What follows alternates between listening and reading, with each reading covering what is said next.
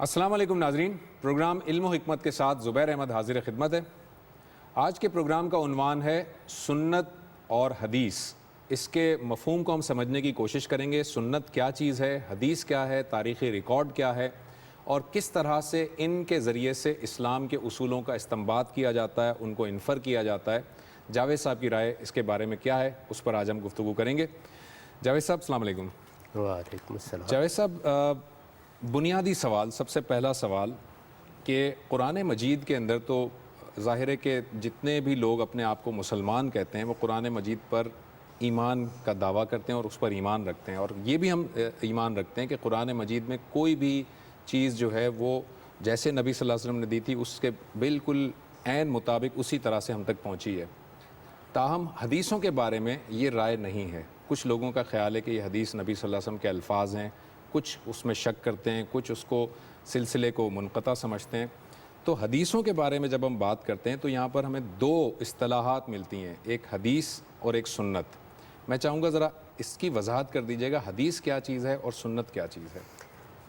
قرآن مجید کو جب آپ پڑھتے ہیں تو وہ آپ کو یہ بتاتا ہے کہ وہ دین کی آخری کتاب ہے۔ یہ بڑی اہم بات ہے، یعنی ایسا نہیں ہے کہ اللہ تعالیٰ نے دین دیا اور اس کی ابتدا قرآن مجید سے ہوئی۔ قرآن مجید دین کی تاریخ بیان کرتا ہے کہ یہ دین اسلام ہے، اسلام ہی ہمیشہ سے اللہ کا دین رہا ہے۔ سیدنا آدم علیہ السلام کو جب نبوت دی گئی تو انہیں یہی دین دیا گیا، اس کے بعد جتنے اللہ کے پیغمبر آئے وہ سب یہی دین لے کے آئے، اور اس دین کی ہدایت اسی طریقے سے انبیاء علیہ السلام کے ذریعے سے آگے منتقل ہوتی چلی گئی۔ ٹھیک ہے، یہ قرآن مجید نے بڑی وضاحت سے بیان کر دی ہے۔ بلکہ خود رسالت میں آپ صلی اللہ علیہ وسلم کو جب یہ دین دیا گیا تو آپ یہ دیکھیے کہ سورہ شورى میں اس کے بارے میں کیا کہا گیا۔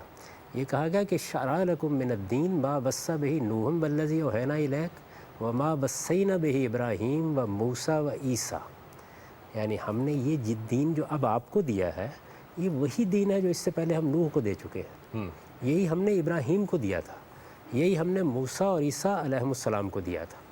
ٹھیک ہے، یعنی قرآن مجید گویا تاریخ بیان کر رہا ہے کہ یہ نیا دین نہیں ہے جس کی آج ابتدا ہو رہی ہے، یہ وہی دین ہے جو سب نبیوں کو دیا گیا۔ رسالت میں آپ صلی اللہ علیہ وسلم کو قرآن ہی میں مخاطب کر کے یہ کہا گیا کہ یہ اللہ کے پیغمبر ہیں، یہ اسلام لے کر آئے تھے، یہی دین ان کا دین تھا، فَبِہُدَاهُمْ اقْتَدِیٰ، آپ کو بھی انہی کی ہدایت کی پیروی کرنی ہے، ٹھیک، یعنی جو تمام انبیاء کا دین ہے۔ رسالت میں آپ صلی اللہ علیہ وسلم جس جگہ مبعوث ہوئے وہاں لوگ جو پہلے سے آباد تھے وہ کون تھے؟ وہ حضرت اسماعیل کی اولاد تھے۔ حضرت اسماعیل کون ہے؟ وہ خود ایک پیغمبر ہے۔ ٹھیک ہے، حضرت ابراہیم جیسے جلیل القدر پیغمبر کے بیٹے ہیں۔ بیت اللہ انہوں نے بنایا تھا، ٹھیک، اور بیت اللہ اللہ کی عبادت کے لیے بنایا گیا تھا، وہ خدا کی عبادت کا پہلا گھر ہے، مسجد حرام جس کو آپ کہتے ہیں۔ تو جو دین کی روایت خود عربوں کے ہاں موجود تھی اس کو ملت ابراہیم یا دین ابراہیمی کہا جاتا ہے۔ ٹھیک، یہ بھی انبیاء علیہ السلام کا وہی دین تھا کہ جو سیدنا ابراہیم علیہ السلام کے ذریعے سے سرزمین عرب میں پہنچا، ان کے بیٹے اسماعیل علیہ السلام کے ذریعے سے اس کی بھی ایک ٹریڈیشن قائم ہوئی۔ یہ جو ٹریڈیشن ہے اس کے بارے میں بھی قرآن مجید نے یہ کہا کہ اتبعوا ملت ابراہیم حنیفہ، ٹھیک، یعنی آپ کو ملت اس ابراہیم ابراہیم کے طریقے کی پیروی کرنی ہے۔ تو وہ جو انبیاء علیہ السلام کا دین پہلے سے چلا آ رہا تھا اس میں نماز بھی تھی، اس میں روزہ بھی تھا، اس میں حج بھی تھا، اس میں زکوٰۃ بھی تھی، اس میں اور بھی بہت سی چیزیں تھیں۔ ٹھیک ہے، یہ سب چیزیں جس کو قرآن نے کہا یہ ان کی ہدایت ہے، یا قرآن مجید نے جس کو کہا کہ یہ ملت ابراہیم ہے، یہ سارا کا سارا ہے جس کو سنت کہا جاتا ہے۔ ٹھیک، اب رسالت میں آپ صلی اللہ علیہ وسلم کی جب بعثت ہوئی تو آپ نے آ کے کیا کیا؟ آپ نے آ کے کسی نئی سنت کا تعارف نہیں کرایا، بلکہ پہلا کام یہ کیا کہ یہ سنت جو پہلے سے موجود تھی اس کو زندہ کیا۔ یعنی جو انبیاء علیہ السلام کا دین تھا جس کی پیروی کرنے کا آپ کو حکم دیا گیا تھا، آپ نے اس کی خود بھی پیروی کی، دوسروں کو بھی اس کی پیروی کرنے کے لیے کہا تو اس کو زندہ کیا۔ جہاں کہیں اس میں اصلاح کی ضرورت تھی، ایسا ہوتا ہے کہ لوگ جب دین پر عمل کرتے ہیں تو اس میں کہیں غلطیاں ہو جاتی ہیں، ڈیویٹ کر جاتے ہیں وہ، اس کی اصلاح کر دی۔ ٹھیک ہے، اگر کسی جگہ اللہ تعالیٰ نے یہ پسند کیا کہ اس میں کوئی اضافہ کر دیا جائے تو آپ نے اضافہ کر دیا۔ تو اس طرح یہ وہ سنت تھی، یعنی انبیاء کا طریقہ جو پہلے سے چلا آ رہا تھا، جو رسالت میں آپ صلی اللہ علیہ وسلم کی تجدید، اصلاح اور اس میں آپ کی طرف سے بعض اضافوں کے ساتھ اب آپ کی سنت قرار پا گیا۔ اس لیے کہ ایک پیغمبر نے تصویب کی تو اب ہم اس کو کیا کہتے ہیں، یہ سنت رسول ہو گئی۔ حقیقت کے اعتبار سے یہ سنت انبیاء ہے، حقیقت کے اعتبار سے یہ دین ابراہیمی ہے، حقیقت کے اعتبار سے یہ ملت ابراہیمی ہے۔ اس میں رسالت مآب صلی اللہ علیہ وسلم نے چند چیزوں کا اضافہ کیا اور اس کو جاری کر دی۔ یہ کیسے لوگوں میں جاری ہوا؟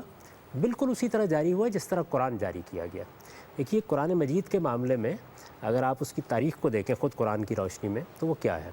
رسالت مآب صلی اللہ علیہ وسلم پر قرآن نازل ہوتا تھا، ٹھیک ہے، آپ قرآن لوگوں کو پڑھ کے سناتے تھے، آپ کے سامنے جو لوگ تھے ان میں کچھ لکھنا جانتے تھے وہ لکھ لیتے تھے، جتنا قرآن آپ پڑھ کے سناتے، کسی نے چند صورتیں لکھ لیں، کسی نے سارا لکھ لیا، ایسے ہی آپ کے سامنے جو لوگ تھے وہ یاد بھی کر لیتے تھے۔ عربوں کا حافظہ ہی بہت اچھا تھا، تو قرآن مجید لوگوں کے حافظوں میں منتقل ہونا شروع ہو گیا، وہ سفینوں میں منتقل ہونا شروع ہو گیا، یعنی جو میں نے اپنی نوٹ بکس تیار کرنی شروع کی اس میں بھی نقل ہونا شروع ہو گیا۔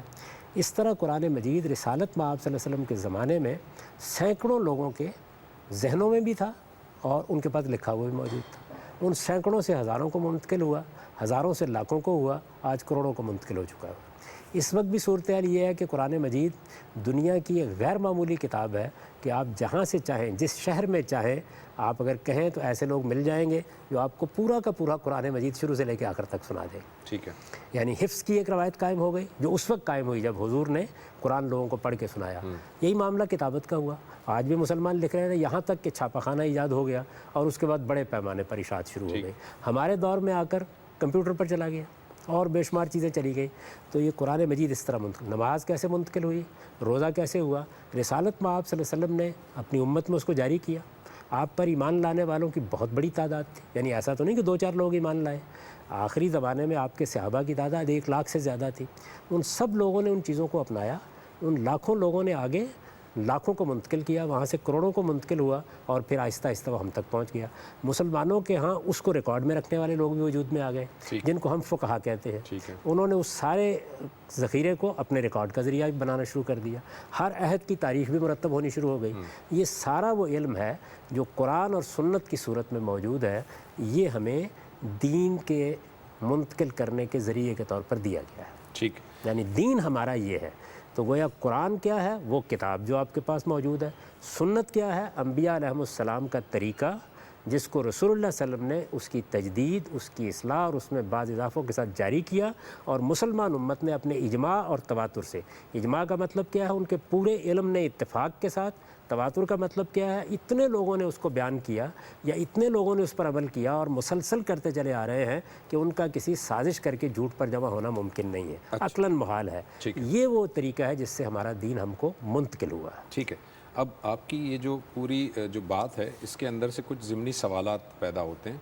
پہلی بات یہ کہ آپ نے فرمایا کہ جو ہمارا پورا دین ہے وہ قرآن اور سنت کا مجموعہ ہے، تو جب نبی صلی اللہ علیہ وسلم نے دین کو منتقل فرمایا تو آپ نے قرآن کو لکھوانے کا اہتمام کے ساتھ جو ہے وہ ارینجمنٹ کیا، انتظام کیا، آپ نے با اہتمام لکھوایا۔ آپ نے سنت کو اس طرح سے اہتمام کے ساتھ کیوں نہیں لکھوایا، جبکہ سنت بھی قرآن کی طرح دین کا ایک جز ہے، لازمی جز ہے، مگر اس کو اس طرح اہتمام کے ساتھ نہیں لکھوایا اور فقہا نے بعد میں اسے لکھا؟ ایسا کیوں کیا نبی صلی اللہ علیہ وسلم نے؟ نہیں، ایسا نہیں ہے۔ قرآن مجید اور سنت دونوں کے بارے میں ایک ہی طریقہ اختیار کیا گیا ہے، یعنی قرآن مجید اس کا محتاج ہی نہیں ہے۔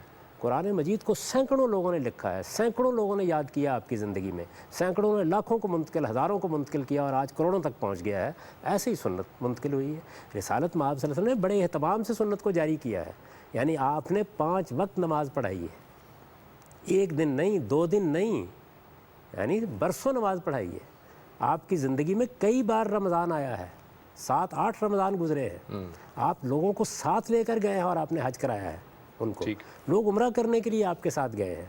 جو سنت کی باقی چیزیں ہیں اسی طرح آپ نے ان کو جاری کیا ہے، باقاعدہ اہتمام کے ساتھ ان کی منادی کرائی ہے۔ آپ کے علم میں ہے کہ کعبے کی تحویل ہو گئی تو آپ نے باقاعدہ اعلان کروایا اس کا، منادی کرائی اس کی۔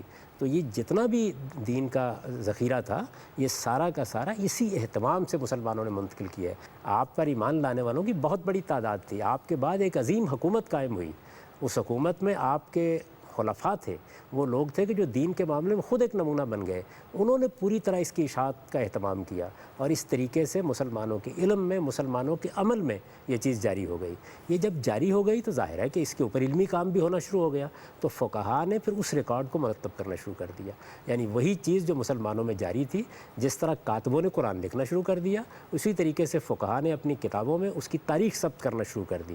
انہوں نے بتانا شروع کیا کہ یہ دین ہے، یہ ہم کو دیا گیا ہے. یہ تاریخ میں بھی آ گیا. یہ پھر صرف یہی کتابوں تک محدود نہیں رہا، یہ آپ کے مدرسوں میں پڑھایا جانے لگ گیا، اس کی تعلیم دی جانے لگ گئی، اس کو والدین نے سکھانا شروع کر دیا. یہ دین اس طریقے سے مسلمانوں کے اجماع اور تواتر سے منتقل ہوا ہے. یہ کبھی اس کا محتاج ہی نہیں ہوا کہ اس کا کوئی نسخہ تیار کرایا جائے. اس کی کبھی ضرورت ہی نہیں پڑی، آج بھی نہیں ہے. اس وقت بھی صورتحال یہ ہے کہ مسلمانوں کو اگر آپ کہیں تو وہ ہزاروں کی تعداد میں آپ کو قرآن مجید پورا کا پورا سنا سکتے ہیں. میرے ساتھ چلیے، کسی مسجد میں چلے جائیے، آپ دیکھ سکتے ہیں لوگ نماز پڑھ رہے ہیں. حرم میں نماز تسلسل کے ساتھ پڑھی جا رہی ہے، لوگ اس کا اہتمام کر رہے ہیں. روزے ہر سال مسلمان رکھ رہے ہیں، کوئی کتاب پڑھ کے رکھتے ہیں، ایک روایت کے طور پر یہ چیز قائم ہے. تو یہ چیز ہے، یہ طریقہ ہے جو اختیار کیا گیا ہے. آپ کے سوال کا وہ حصہ رہ گیا تھا، حدیث کیا ہے؟ یعنی یہ وہ چیز ہے. میں حدیث پہ آنے سے پہلے ذرا اس میں ذرا واضح میں کروں گا کہ جیسے آپ فرما رہے ہیں کہ قرآن مجید جو ہے وہ ہم تک یہ جس تواتر سے پہنچا، لیکن بہرحال تواتر سے اس کا پورا ٹیکسٹ پہنچ گیا نا ہم تک. سورہ فاتحہ سے لے کر سورہ ناس تک پورا ٹیکسٹ موجود ہے. آپ جیسے فرما رہے ہیں حفاظ موجود ہیں، دنیا بھر میں موجود ہیں.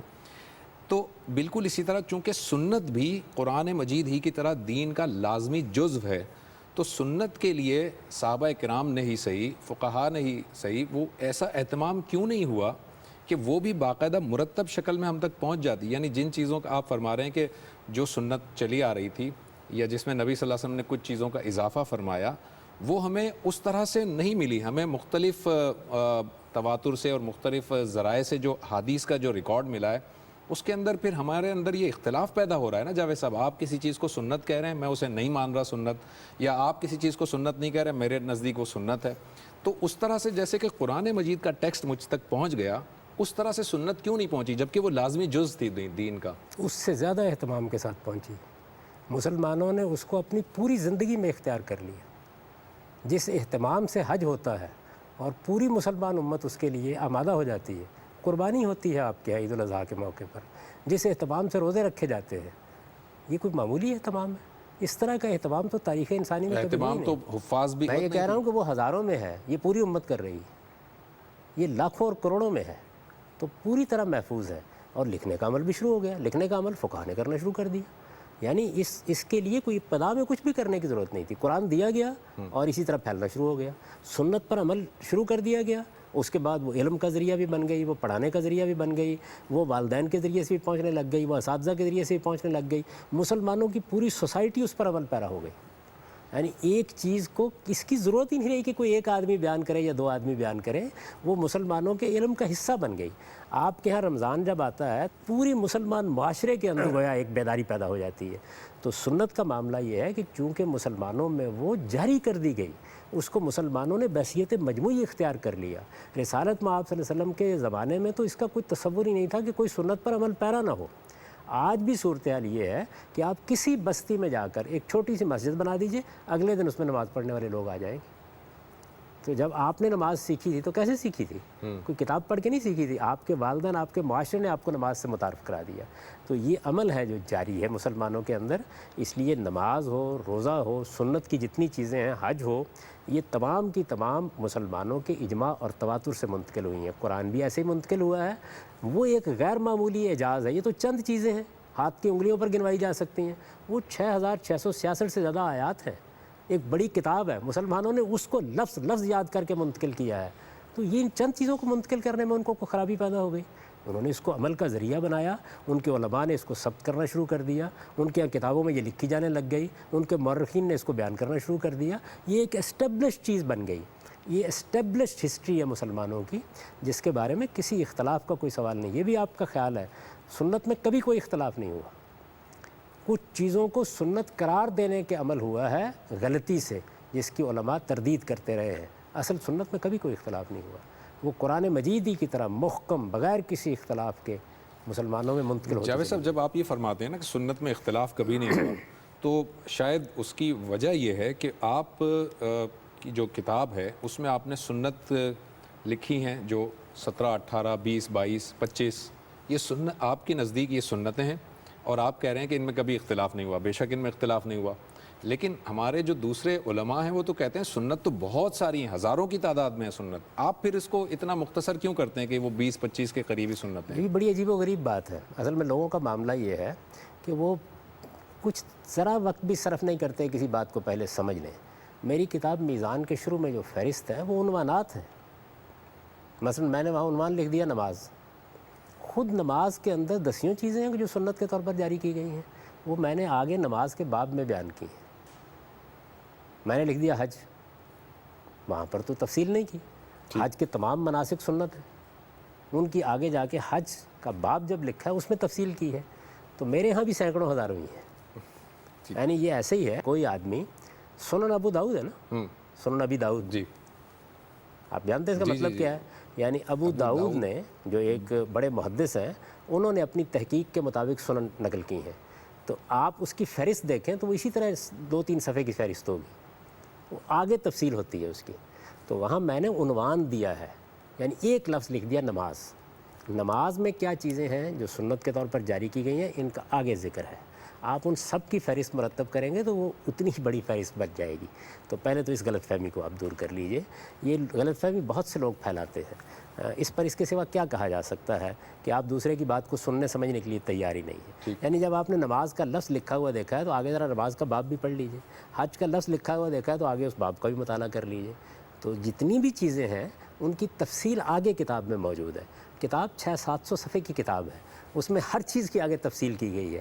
اس میں ہر جگہ یہ بتایا گیا ہے کہ یہ چیزیں اس نماز میں, یہ حج میں, یہ فلاں چیز میں سنت کے طور پر جاری کی گئی ہیں, اور یہ چیزیں اس کی توضیح میں ہم کو ملی ہیں. ہر جگہ اس کو بیان کیا گیا ہے. وہ فہرست اس لیے مرتب کی گئی ہے کہ آپ کا ایک اجمالی تصور سامنے آ جائے. یعنی جیسے ایک آدمی ایک کتاب آپ کو دیتا ہے تو اس کے شروع میں اس کی فہرست بنا دیتا ہے کہ آپ کو یہ پتہ چل جائے کہ اس کتاب میں کیا چیزیں زیر بحث آئیں گی. تو یہ اصل میں جو سنن کی فہرست ہے وہ ان کے عنوانات کی فہرست ہے, جس کے تحت بے شمار چیزیں اس کے بعد آگے بیان ہوئی ہیں. ان میں کوئی اختلاف, اتنا طویل عرصہ ہو گیا مجھے یہ فہرست مرتب کیے ہوئے, کب سامنے آیا؟ یعنی کچھ چیزوں کے بارے میں لوگ یہ تو کہتے ہیں کہ ہمارے نزدیک یہ سنت ہے, ان پہ بحث ہو سکتی ہے, لیکن یہ کہ ان میں سے کوئی چیز سنت نہیں ہے اس پر کبھی کسی نے بات نہیں کی. تو اس وجہ سے یہ ایک بالکل متفق علیہ چیز ہے, مسلمانوں کے اندر بالکل جاری ہو چکی ہوئی ہے. اس کے بارے میں کسی اختلاف کی گنجائش ہی باقی نہیں رہی. یعنی اللہ کے پیغمبر نے جس طرح قرآن دیا اور وہ بالکل متفق علیہ ہو گیا, بالکل اسی طریقے سے سنت متفق علیہ ہو گئی. اب آپ نے یہ فرمایا کہ آپ نے ایک فہرست مرتب کی ہے. مثال کے طور پر آپ نے حج کا ایک عنوان دیا, پھر آگے چل کر آپ نے بتایا کہ حج کے یہ مناسک ہیں اور ان مناسک میں بھی بہت ساری سنتیں ہیں. اب بقول آپ کے سنتوں میں کبھی اختلاف نہیں رہا. کیا حج کے جو مناسک ہیں, جو بالکل ہم ایک مائکرو لیول پر اگر چلے جائیں تو مائکرو لیول پر جو حج کے مناسک ہیں, کیا امت میں اس پہ اختلاف نہیں ہے؟ یا نماز کے اندر اگر ہم مائکرو لیول پہ چلے جائیں تو نماز کے جو مختلف جو اسٹیپس ہیں, کیا ان میں امت کے اندر اختلاف نہیں ہے؟ کیا روزوں میں اختلاف نہیں ہے؟ کیا زکوٰۃ میں اختلاف نہیں ہے؟ ایسا کہاں ہوا ہے جاوید صاحب؟ اختلاف تو ہے. کانٹینٹ ہے نا, ایسا نہیں ہے, ایسا ہی ہے جیسے میں عرض کر رہا ہوں. ایک چیز ہے کانٹینٹ کسی چیز کا. مثلا قرآن مجید میں امت کو کوئی اختلاف نہیں ہے, لیکن قرآن مجید کو سمجھنے میں تو اختلاف ہو سکتا ہے. بالکل صحیح ہے. بالکل اسی طریقے سے سنت جاری ہو گئی. اب اس میں ایک جگہ ایک بحث پیدا ہو جاتی ہے. جی میں اس کی ایک مثال دے دیتا ہوں. حج میں آپ صحیح کرتے ہیں, صحیح کے بارے میں قرآن مجید کی ایک آیت کی وجہ سے یہ بحث پیدا ہو گئی کہ یہ نفل ہے یا یہ مناسک کا لازمی حصہ ہے. ٹھیک ہے.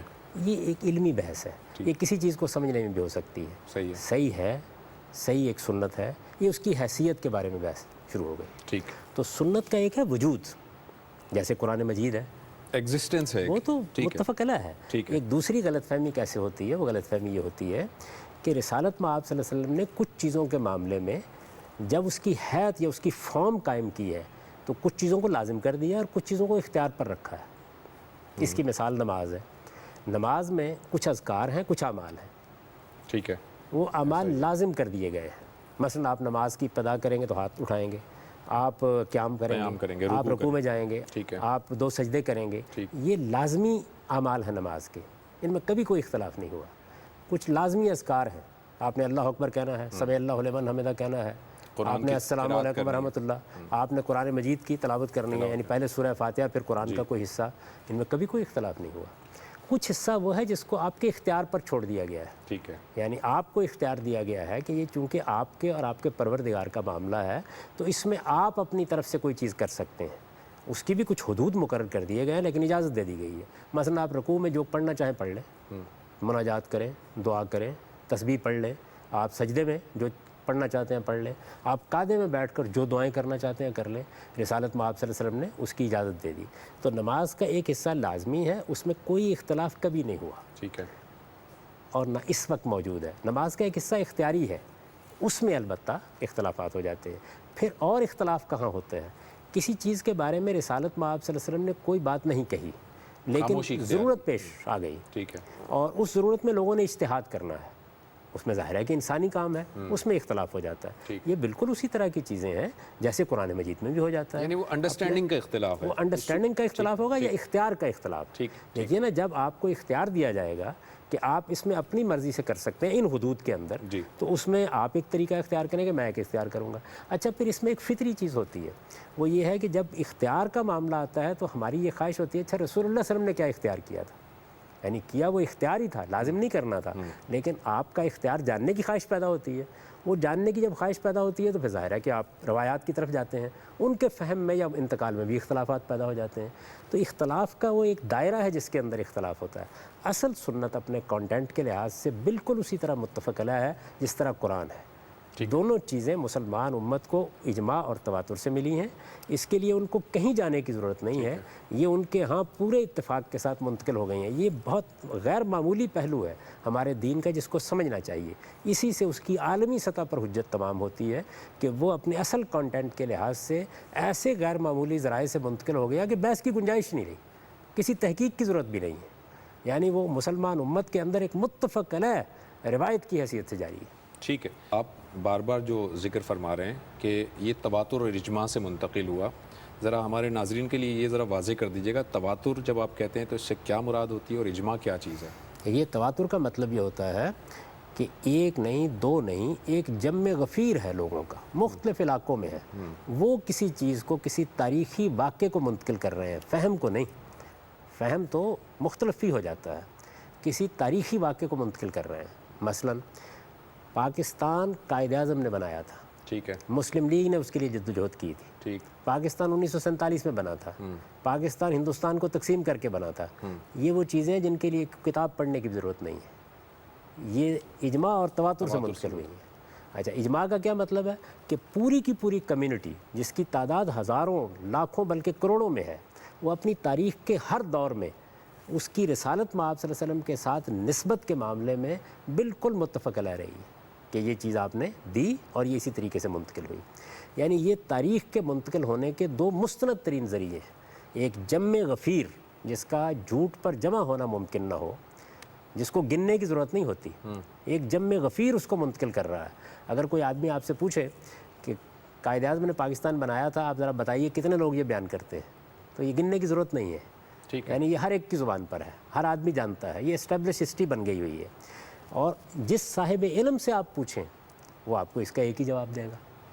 تو اس کا مطلب یہ ہے کہ علم کا اجماع ہے، عمل کا تواتر ہے، یعنی لوگوں نے عملی طور پر اس کو اختیار کر رکھا ہوا ہے، یا ان کے قول میں ہزاروں لاکھوں لوگ اس کو بیان کر رہے ہیں اور کسی کو اختلاف نہیں ہے۔ تو اجماع ان کے اتفاق کو بیان کرتا ہے، تواتر ایک جمع غفیر کے ذریعے سے اس کے صدور کو بیان کرتا ہے۔ یہی وہ چیز ہے جس کو امام شافعی نے، جو اصول فقہ کی پہلی کتاب مرتب کر رہے تھے الرسالہ کے نام سے، اس میں نقل الکافہ عن الکافہ کہا ہے، یعنی سارے مسلمان اس کو منتقل کر رہے ہیں۔ یہ کوئی نادر بات نہیں ہے جو میں نے کہی ہے، بلکہ مسلمانوں کے علم نے پہلے ہی مرحلے میں یہ بتا دیا کہ ہمارے پاس دین کی یہ روایت نقل الکافہ عن الکافہ کے طریقے سے آتی ہے، یعنی پورے مسلمانوں کی جماعت اس کو اگلی نسل کو منتقل کرتی چلی جا رہی ہے۔ جاوید صاحب، یہ جو تواتر ہے اس میں کیا یہ ضروری ہے کہ جیسے مثال کے طور پر نبی اکرم صلی اللہ علیہ وسلم نے کسی ایک صحابی نے نبی صلی اللہ علیہ وسلم کا کوئی عمل دیکھا اور اس کو جو ہے وہ دیگر دوسروں تک منتقل کیا، اب وہ جو منتقل ہوتا ہوا آ رہا ہے وہ مختلف اس کی چین ہے، مختلف ذرائع، مختلف شاخیں ہیں، لیکن جو وہ پہلے جو صحابی ہیں جنہوں نے نبی صلی اللہ علیہ وسلم سنا وہ ایک ہی ہیں، لیکن اس کی پھر چین بہت ساری ہیں۔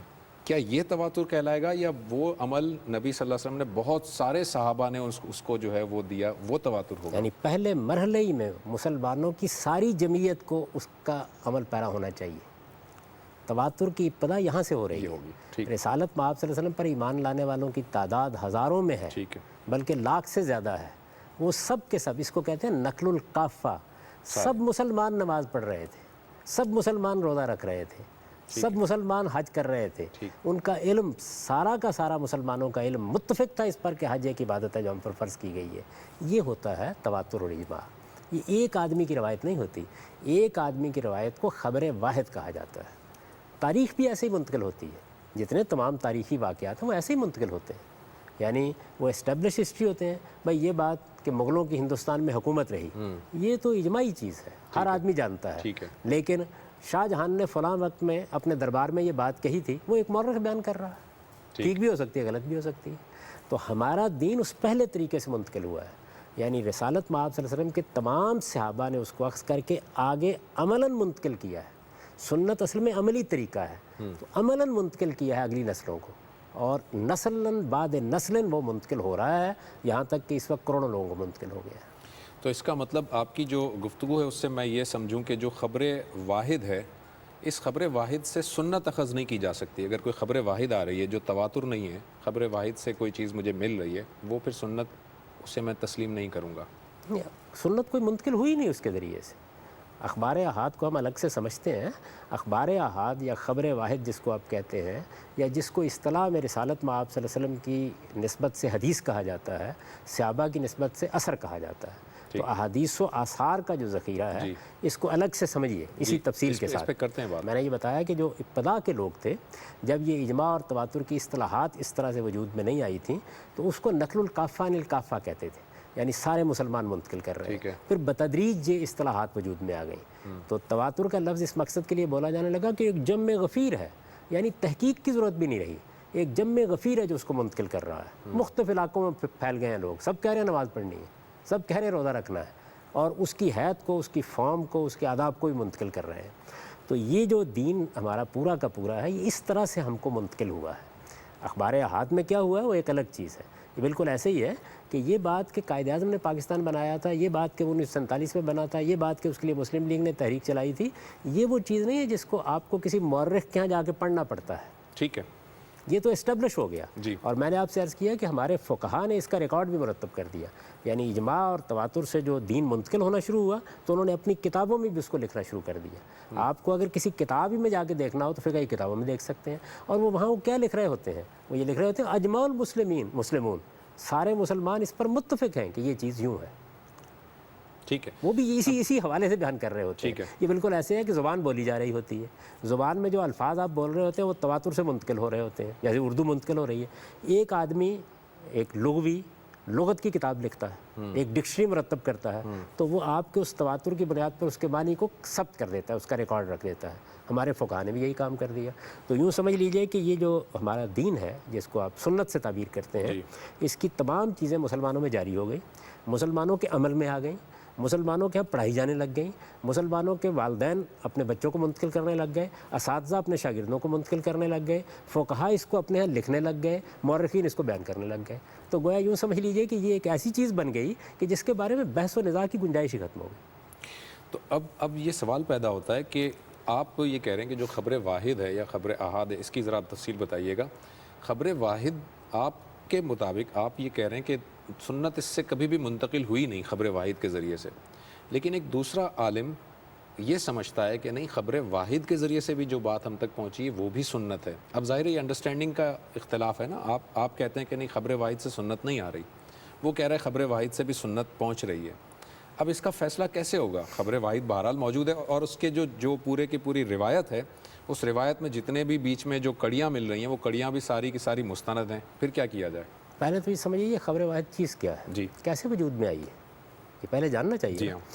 تو میں پھر دہرا رہا ہوں کہ رسالت مآب صلی اللہ علیہ وسلم نے قرآن دیا, مسلمانوں کو منتقل ہو گیا, ہزاروں نے لکھنا شروع کر دیا, آگے منتقل کرنا شروع کر دیا. رسالت مآب صلی اللہ علیہ وسلم نے دین کے اعمال جاری کیے, جیسے نماز ہے, جیسے حج ہے, جیسے دوسری چیزیں ہیں, جاری ہو گئیں, یہ عمل شروع ہو گیا. اس طرح پورے دین کو اپنے صحابہ کو منتقل کر کے رسالت مآب صلی اللہ علیہ وسلم دنیا سے رخصت ہو گئے. ٹھیک ہے.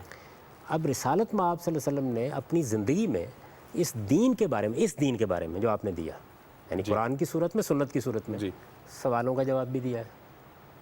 ایسا ہوگا نا؟ بالکل ہوگا. یعنی ہر چیز جب وجود میں آتی ہے تو اس کا علم وجود میں آتا ہے. بالکل ٹھیک ہے. سائنس پیدا ہوئی، اس کا علم وجود میں آ گیا. جی فلسفہ پیدا ہوا، اس کا علم وجود میں آ گیا. یہ دین پیغمبروں کا منتقل ہوا، رسالت میں آپ صلی اللہ علیہ وسلم کے ذریعے سے اس کی تجدید ہوئی. اس کو منتقل کرنے کے بعد اس کا بھی علم وجود میں آئے گا. علم کیا چیز ہوتی ہے؟ یعنی جس میں اس چیز کو سمجھا جاتا ہے، سمجھایا جاتا ہے، آگے اس کی توضیح کی جاتی ہے. کسی کو کوئی اشکال پیش آئے تو اس کا جواب دیا جاتا ہے. یہ علم ہے جس کے ماہرین کو آپ علماء کہتے ہیں. ٹھیک ہے. وہ سائنس میں بھی ہوتے ہیں، طب میں بھی ہوتے ہیں، اسی طریقے سے دین میں بھی ہوتے ہیں. اس علم کی ابتدا کس سے ہوئی؟ یعنی ایک ہے دین کا علم. تو دین کے علم کی ابتدا کس سے ہوئی؟ رسول اللہ صلی اللہ علیہ وسلم سے. ظاہر ہے. ٹھیک ہے. ظاہر ہے کہ آپ ہی سب سے پہلے دین کے عالم ہوں گے، صحیح ہے. بلکہ سب علماء کے امام آپ ہی ہوں گے. ٹھیک ہے. ابن قیم نے اعلام الموقعین میں ایک بڑی اچھی تعبیر اختیار کی ہے، رسالت میں آپ صلی اللہ علیہ وسلم کے امام المفتین. بھائی فتویٰ دینے والے تو بعد میں پیدا ہوں گے نا. ان سارے فتویٰ دینے والوں سے سب سے پہلے جس ہستی کو امام کی حیثیت حاصل ہے وہ رسول اللہ صلی اللہ علیہ وسلم کی ہستی ہے. ٹھیک ہے. تو اسی طرح دین تو آپ نے دے دیا اور وہ اجماع اور تواتر کے ذریعے سے منتقل ہونا شروع ہو گیا. لیکن دین کا علم، یعنی اب دین کے بارے میں لوگوں کو سیکھنا سکھانا بھی ہے، وہ دین کا علم آپ سے صادر ہونا شروع ہوا. یعنی ایک آپ کی حیثیت نبوت ہے جس میں آپ دین دے رہے ہیں، ٹھیک ہے. ایک نبی کی حیثیت سے آپ دین کے عالم بھی ہیں. تو ایکسپلین کر رہے ہیں آپ کا وہ جو علم ہے وہ ظاہر ہے کہ وہ کیسے منتقل ہوگا. اس میں ایسا ہی ہوگا نا کہ کسی موقع پر آپ کسی چیز کی وضاحت کر رہے ہیں، آپ نے، میں نے، کسی نے سن لیا. ٹھیک ہے. کسی چیز کے بارے میں نے سوال کیا، آپ نے جواب دے دیا. کسی چیز کے بارے میں آپ نے میری کوئی غلطی دیکھی، مجھے اس پہ ٹوک دیا ٹھیک ہے. یا اس کی تصحیح کر دی.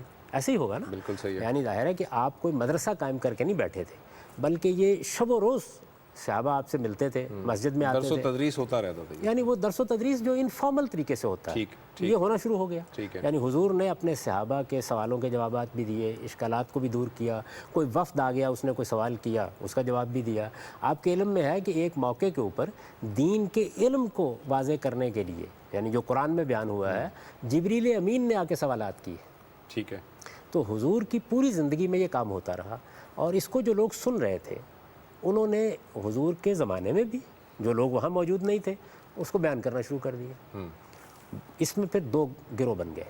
ایک گروہ ان لوگوں کا تھا کہ جو بہت محتاط تھا، جس میں جلیل القدر صحابہ شامل ہیں، جیسے سیدنا ابو بکر صدیق مثال کے طور پر. ان لوگوں کا نقطہ نظر یہ تھا کہ یہ بڑی ذمہ داری کی بات ہے. یعنی حضور کے علم کے معاملے میں اگر ہم آگے بات بیان کریں گے، ہو سکتا ہے بات کو سمجھنے میں غلطی لگ گئی ہو سکتا ہے کہ ہم پوری طریقے سے اس بات کو آگے واضح نہ کر سکیں. تو انہوں نے احتیاط کا رویہ اختیار کیا. بعض لوگوں نے یہ خیال کیا کہ نہیں، یہ حضور کی باتیں ہیں، یہ لوگوں کو پہنچنی چاہیے، تو انہوں نے جتنا زیادہ اس کو پھیلا سکتے تھے پھیلایا. اس کی مثال حضرت ابو ہریرہ ہے. ٹھیک ہے. یہ دونوں آپ کو صحابہ میں رویے مل جائیں گے. ٹھیک ہے. یہ رویے کیوں پیدا ہوئے؟ اگر یہ دین کا کنٹینٹ تھا تو پھر تو دو رویے ہو ہی نہیں سکتے تھے، ہر ایک کو پہنچانا چاہیے تھا. یہ دین کا علم تھا، یعنی جو حضور سے صادر ہو رہا تھا. کسی سوال کا آپ جواب دے رہے ہیں، کسی چیز کی وضاحت کر رہے ہیں، کسی چیز کے بارے میں کوئی اشکال پیدا ہو گیا اس کو رفع کر رہے ہیں، کسی موقع پر کوئی نصیحت کی بات ایسی کر رہے ہیں دین کے بارے میں. یہ وہ چیزیں تھیں کہ جو لوگوں نے منتقل کرنی شروع. ایک آدمی، دو آدمی، اس کو اصطلاح میں خبر واحد کہا جاتا ہے. یعنی یہ ایک یا دو یا چار لوگوں کی روایت ہے، بلکہ اصطلاح میں یہ چیز تواتر کے مقابلے میں بولی گئی. یعنی ایک تو وہ نقل القافہ عن القافہ ہے، اس کے مقابلے میں 2 4 5 10 لوگ ایک بات کو بیان کرتے ہیں، تو اس کو اخبار احاد کہا گیا. کہا اسے اخبار احاد ہی جاتا ہے، ایک آدمی کی خبر. لیکن حقیقت میں اصطلاح میں اس سے مطلب یہ ہوتا ہے کہ یہ تواتر کی چیز نہیں ہے، بلکہ یہ 2 4 5 10 آدمیوں نے بیان کر دی. یہ چیزیں رسالت میں آپ صلی اللہ علیہ وسلم کے زمانے ہی میں ایسے بہت سے لوگ تھے جو لکھ بھی لیتے تھے اپنے شوق سے. اچھا، اس کے بعد باقاعدہ طریقے سے بھی لوگوں نے اس کو لکھنا شروع کر دیا. ایک صدی کے اندر لوگوں میں بڑا شوق پیدا ہوا اس کے بارے میں. پھر اس کے بعد مختلف کتابیں جن میں مجموعے بننے شروع ہو گئے، یہاں تک کہ یہ پتہ چلنا شروع ہو گیا کہ یہ جو باتیں ہیں ان میں تو لوگ بہت ملاوٹ بھی کر دیتے ہیں، اس میں تو جھوٹ کی آمیزش بھی ہو جاتی ہے، اس میں تو لوگ اپنی طرف سے تبدیلیاں بھی کر دیتے ہیں، اس میں ایسی چیزیں بھی آ جاتی ہیں کہ جس میں بات سمجھی ہی نہیں ہوتی. تو ایک پورا علم اور فن وجود میں آیا جس کو آپ علم حدیث کہتے ہیں. اس میں بڑے بڑے جلیل القدر لوگ پیدا ہوئے اور انہوں نے دوسری تیسری صدی میں یعنی رسالت میں آپ صلی اللہ علیہ وسلم کے کافی عرصہ بعد یہ جو کچھ بھی لوگوں کے اندر پھیلی ہوئی باتیں تھیں اور یہ بڑی فطری چیز ہے. دیکھیے رسالت میں آپ صلی اللہ علیہ وسلم تو نسبت خاک را با عالم پاک، کوئی بڑا آدمی آج پیدا ہو جائے، علامہ اقبال تھے مثال کے طور پر، غالب ہیں، قائد اعظم ہیں اور بڑے لوگ ہیں، ان کے قریب میں رہنے والے لوگ بھی ان کی باتیں بیان کر رہے ہوتے ہیں، اس کے مجموعے مرتب ہونا شروع ہو جاتے ہیں، لوگ لکھنا بھی شروع کر دیتے ہیں، بیان بھی کرنا شروع کر دیتے ہیں. تو حضور کے بارے میں تو ہر ایک کے اندر بڑی دلچسپی تھی کہ آپ کا علم منتقل ہو، تو لوگوں نے اس کو مرتب کرنا شروع کر دیا. پھر اس کی چھان پھٹک کے اصول بننے لگ گئے، جیسے کہ تاریخی ریکارڈ کو دیکھا جاتا ہے. تو ایک بڑا غیر معمولی علم وجود میں آیا. لیکن اپنی اصل کے لحاظ سے یہ چیز کیا ہے؟ یہ اصل میں رسالت میں آپ صلی اللہ علیہ وسلم کا علم ہے اور آپ کا عمل ہے جس کا ریکارڈ ہے. یعنی جو دین آپ نے دینا تھا وہ قرآن اور سنت کی صورت میں دے دیا. اب آپ اس دین پر عمل کریں گے، لوگ اس کو بیان کر دیں گے. آپ اس دین کے بارے میں کوئی بات کریں گے، لوگ اس کو بیان کر دیں گے. آپ اس دین کے بارے میں کسی سوال کا جواب دیں گے، اس کو بیان کر دیں گے. آپ یہ دیکھیے اس وقت بھی ایک چیز ہوتی ہے دین، اور ایک چیز ہے کہ ایک عالم پیدا ہو گیا ہے تو وہ دین کے بارے میں گفتگو کرتا ہے. تو حضور نے جو گفتگویں کیں، باتیں کیں یا عمل کیا، اس کو لوگوں نے مرتب کرنا شروع کر دیا. یہ اخبار احاد ہے. ان میں کیا چیز منتقل ہوتی ہے؟ ان میں اس دین کے بارے میں رسالت میں آپ صلی اللہ علیہ وسلم کا علم و عمل بیان ہوتا ہے. مثلا یہ دیکھیے کہ رسول اللہ صلی اللہ علیہ وسلم حج کے لیے چلے گئے. حج تو پہلے سے موجود ایک عبادت ہے، جاری ہو چکی ہے. ایک آدمی اس حج کی رودات لکھنا شروع کر دیتا ہے. یہ ایسے ہی ہے کہ جیسے مثال کے طور پر آج اگر کوئی بڑا آدمی حج کے لیے جائے، اس کے ساتھ کوئی طالب علم بھی چلا جاتا ہے، تو وہ کہتا ہے کہ انہوں نے کیسے حج کیا. ہمارے بہت سے علماء ہیں جنہوں نے اپنے مشاہدات لکھے ہیں کہ ہم حج کے لیے گئے، سفر ایسے کیا. یہ چیز شروع ہو گئی. اس سے کوئی حج منتقل نہیں ہو رہا، بلکہ ایک آدمی کے حج کرنے کا طریقہ، کیسے اس نے حج کیا، کس شوق سے وہ گیا، کہاں اٹھا، کہاں سوار ہوا. ظاہر ہے کہ یہ تو عام لوگوں کا معاملہ ہے. رسالت میں آپ صلی اللہ علیہ وسلم آپ نے حج کیا. اسی طرح آپ روزہ کیسے رکھتے تھے؟ روزہ رکھنا ہے، روزہ دین کا حکم ہے، روزے کا قانون یہ وہ قرآن نے بیان کر دیا، وہ سنت میں بھی بیان ہو گیا. لیکن اب حضور کیا کر رہے ہیں؟ تو آپ کے عمل کو تاریخی ریکارڈ میں منتقل کیا جائے گا.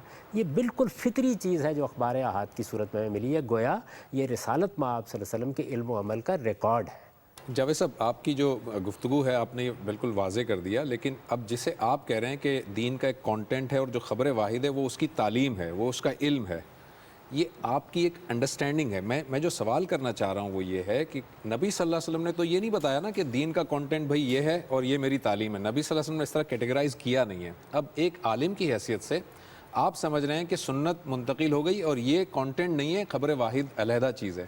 ایک دوسرا عالم دین اس خبر واحد کو بھی سنت سمجھ رہا ہے، تو سنت کی ڈیفینیشن کیا ہوگی؟ اس کے نزدیک تو سنت کی ڈیفینیشن یہ ہے کہ نبی صلی اللہ علیہ وسلم کا ہر عمل جو انہوں نے کیا یا کہا یا اس پہ سکوت اختیار کیا وہ سب کچھ سنت ہے.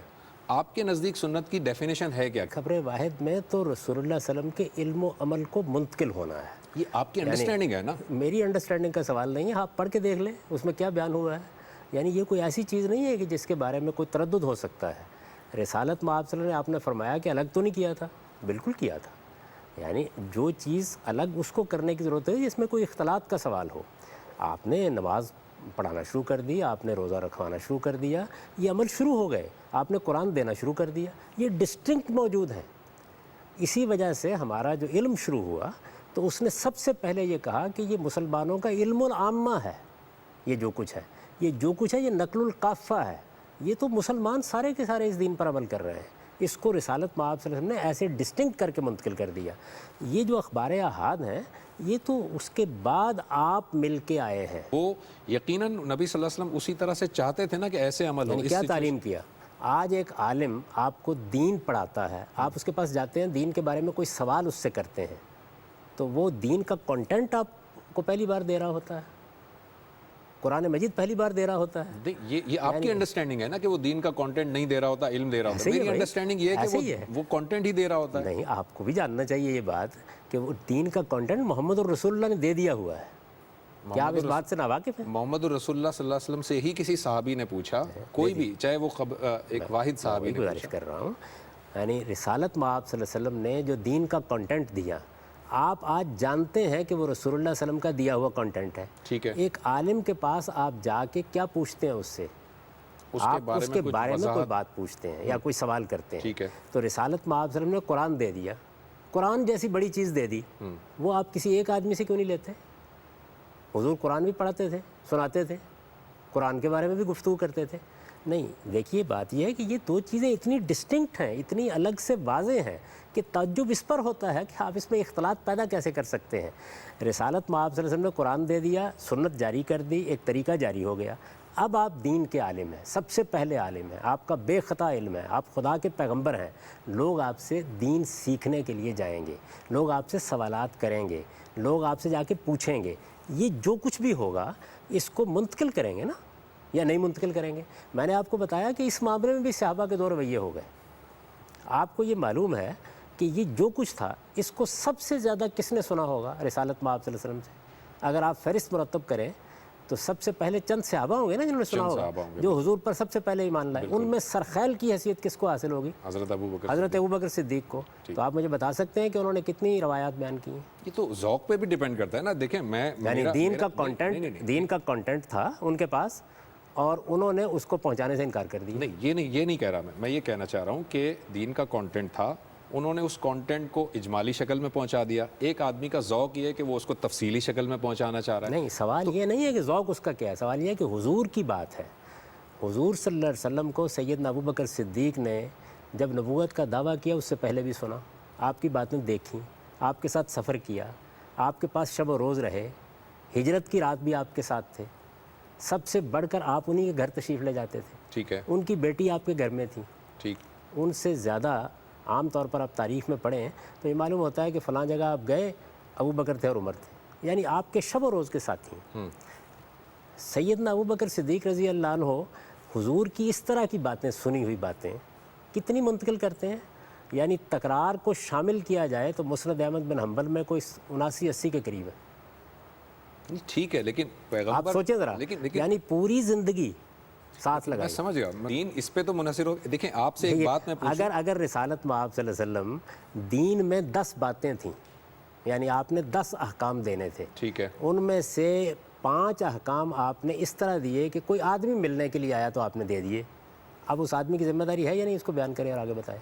مسلمانوں کا پورا علم رسالت مآب صلی اللہ علیہ وسلم سے جو کچھ ہم کو ملا ہے اسے کیٹیگرائز کر رہا ہے. اس میں جو اخبار احاد ہیں وہ کیا ہیں؟ اخبار احاد کا مطلب یہ ہے کہ ایسا نہیں کہ سارے مسلمان ایک بات کو بیان کر رہے ہیں, سارے مسلمان ایک بات پہ عمل کر رہے ہیں. کوئی ایک آدمی, 2 آدمی, 4 آدمی یہ کہتے ہیں ہم گئے تھے, ہم ملے تھے, حضور سے ہم نے یہ بات سنی یا حضور کو ہم نے یہ عمل کرتے دیکھا. ٹھیک ہے, اس کو خبر واحد کہا جاتا ہے. تو میں آپ کو یہ بتا رہا ہوں کہ دین کا اصل کانٹینٹ جو ہے وہ قرآن اور سنت ہے. وہ رسالت مآب صلی اللہ علیہ وسلم نے تمام صحابہ کو منتقل کر دیا. وہ اس کا محتاج ہی نہیں رہا کہ کوئی ایک آدمی اسے بیان کرے, وہ اس کا محتاج ہی نہیں رہا کہ کوئی ایک آدمی اس کی تحقیق کرنے کے لیے بیٹھے. وہ سب کی زبانوں پر آ گیا, سب کے عمل میں جاری ہو گیا. اس کو الگ کر دیں. اب اس کانٹینٹ کے بارے میں مثلا کوئی آدمی آپ سے قرآن مجید کی کسی آیت کا مطلب پوچھتا ہے, ٹھیک ہے, آپ کو معلوم ہے کہ صحابہ کرام میں بہت سے لوگ ہیں کہ جنہوں نے قرآن مجید کی ایک آیت کا مطلب سمجھا. آپ اندازہ کیجئے کہ سیدنا عمر جیسا بڑا آدمی, عام واقعہ آپ نے سنا ہوگا کہ جب رسول اللہ صلی اللہ علیہ وسلم دنیا سے رخصت ہوئے تو انہوں نے اس بات کو ماننے سے انکار کر دیا. آپ جانتے ہیں کہ انہوں نے اس کا جواب کیا دیا تھا؟ عام طور پر لوگ اس واقعے کو پورا نہیں بیان کرتے. یعنی یہ معاملہ اتنا نہیں ہے کہ انہوں نے شدت تاثر میں یہ بات کہی. وہ قرآن مجید کی ایک آیت پڑھ کے انہوں نے بتایا کہ میں اس آیت کا جو مطلب سمجھتا تھا اس کے لحاظ سے مجھے یقین نہیں ہوا کہ آپ کی وفات ہو گئی. ٹھیک ہے. سیدنا ابوبکر صدیق نے ان کے فہم کی غلطی ان پر واضح کی. تو ایک چیز ہے قرآن کا کنٹینٹ کیا ہے, وہ 114 صورتیں جو قرآن کی صورت میں ہیں. اس قرآن کے بارے میں خدا کا پیغمبر کوئی بات کرے گا, کچھ سمجھائے گا, کسی سوال کا جواب دے گا, میں نے ایک آیت کو غلط سمجھ لیا اس کی تصحیح کرے گا. ٹھیک ہے. یہ چیز ہے جو اب قرآن سے متعلق وجود میں آ رہی ہے. اسی طرح کی چیز سنت سے متعلق بھی وجود میں آئے گی. یہ چیز کہاں ہوگی؟ یہ چیز آپ کے سننے والے ہی بیان کریں گے. یہ بہت بڑی نعمت ہے. یہ رسالت مآب صلی اللہ علیہ وسلم کا علم ہے. جو میں فرق آپ کو بتا رہا ہوں وہ یہ ہے کہ ایک دین کا کانٹینٹ ہے, ایک دین کے کانٹینٹ کے بارے میں رسالت مآب صلی اللہ علیہ وسلم کا علم و عمل ہے. تو اخبار احاد سے کیا چیز منتقل ہو رہی ہے, وہ یہ منتقل ہو رہا ہے. کانٹینٹ کون سا منتقل ہو رہا ہے, اور اس کو جاننے کے لیے کوئی اختلاف اتفاق کا سوال نہیں ہے. سارا کانٹینٹ سامنے پڑا ہوا ہے, انالائز کر کے دیکھ لیجیے جا کے. ٹھیک ہے, thank you very much Javed صاحب, بہت بہت شکریہ آپ کا. ناظرین, ہمارے اس پروگرام کا وقت ختم ہوا چاہتا ہے. اس وجہ سے میں یہاں پر اس کو کلوز کر رہا ہوں، لیکن ابھی بہت سارے اس میں بحثیں موجود ہیں۔ خبر احاد کے بارے میں جس طرح آپ جاوید صاحب نے فرمایا کہ کانٹینٹ علیحدہ ہے، اور کانٹینٹ کے بارے میں جو چیز نبی صلی اللہ علیہ وسلم سے منتقل ہوئی ہم تک، وہ ایک علیحدہ چیز ہے۔ انشاءاللہ تعالیٰ اگلے پروگرام میں یہیں سے گفتگو کو کنٹینیو کریں گے اور احادیث تک بھی جائیں گے کہ احادیث ہیں کیا، اور سنت کی ایک ڈیفینیشن کنکلوژن کے طور پر لائیں گے سامنے کہ سنت اصل میں کسے کہتے ہیں۔ اگلے پروگرام تک کے لیے زبیر احمد کو اجازت دیجیے، اللہ حافظ۔